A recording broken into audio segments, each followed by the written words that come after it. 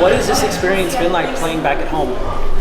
It's hard to put into words what this experience means. I mean, being home aside, just to play for a historic program like USC, to have people like Cheryl Miller literally courtside at so many of our games, it's just like spectacular. I couldn't imagine like this is where I'd be last year when I was going through this recruiting process again. But yeah, like the cherry on top is just having my parents courtside, having my friends in the crowd. So I couldn't imagine like a better storybook ending to my college career. Juju Watkins is a dynamic player. Who are some of the players that she reminds you of? Oh my gosh, she's like a combination of all the GOATs. No, but like I feel like she has a game like Kevin Durant. I mean, she's just a pure scorer. Can score anyways from all three levels. Has a super smooth pull-up and is sort of like lanky like KD. So he definitely comes to mind. But I mean, she has sort of like that mama mentality that Kobe brought. So yeah, I would have to say those two. Now, you came here after 4 years at Penn. What were some of your goals coming into the season? Yeah, I mean, I knew it was going to be a step up from playing in the Ivy League, going to the Pac-12, arguably one of the best conferences in the country. And I knew that my role would definitely be different. I wouldn't be scoring 17 points a game, being like the primary scorer at Penn. So, like, truthfully, my goal was just to contribute in any way I can to get this team some wins.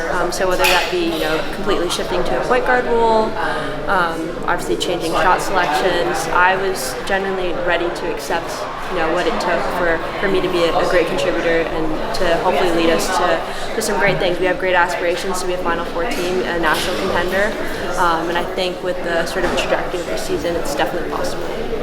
You've decided that this is your last year that you're playing basketball. Tear. What have been some of your fondest memories on the court?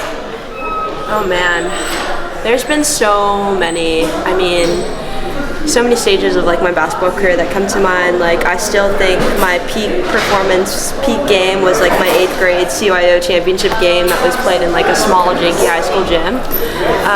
But like I don't think a lot about like the moments in particular, but just like the people that I've been able to meet, like to have been coached by Noel Quinn, to be here playing with Juju Watkins, to play at the Palestra, it's stuff like that comes to mind, and it's just been like a dream come true. Back to Penn, how did playing at Penn help you prepare for this season? It prepared me a lot. I mean, I think the Ivy League is a real underdog when you think of conferences in this country. So the talent as, my 4 years have progressed, it just continued to increase. So playing against that level of talent, I think allowed me to have a smooth transition here. But I think also just like my success there opened a lot of doors for me in terms of this new recruiting process. Out of high school, I would say I was under the radar a bit. Didn't get recruited by any Pac-12 schools, mid-majors at best. So to kind of have the career I had at Penn, I think sort of catapulted me into having, the schools that I wish had called me in high school, being a knock on my door when the time came. How dare you. Your pregame intro, you kind of did a high kick. How did you come up with that? It's actually new.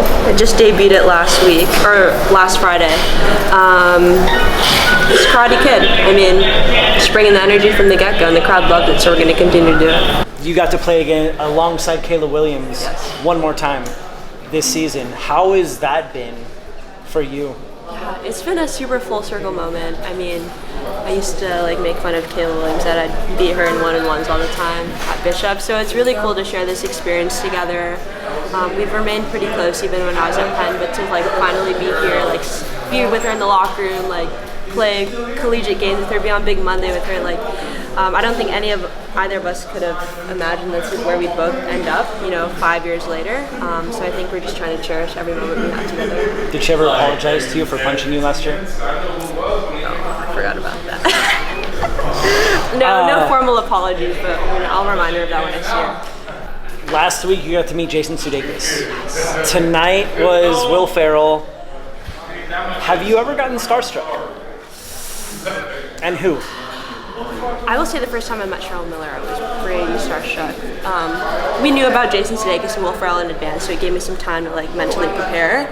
But Will Ferrell, Anchorman, is quoted at least 5 times a day in my household. So I'm kind of a big deal.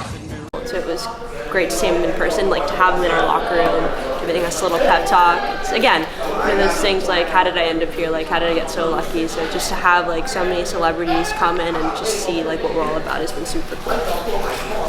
There was an exchange post-game. What did he say to you? Can you share what he said to you? Because he kind of got you to smile a little bit. I could see it from his perspective. Yeah, no, he was telling me how great of a shooter I was. He was sitting next to our president as well, and it was funny because she was just saying like how I was lighting it up and everything. But exclusive here in our locker room, he was like, yeah, the first half you guys were shit, but the second half you guys were good shit. And I think we have to get t-shirts for that. I like that. Yeah. Print them. Let's go. Awesome. Thank you, Kayla. Yeah. It's provocative. No, it's not. It's Gets gross. the people going.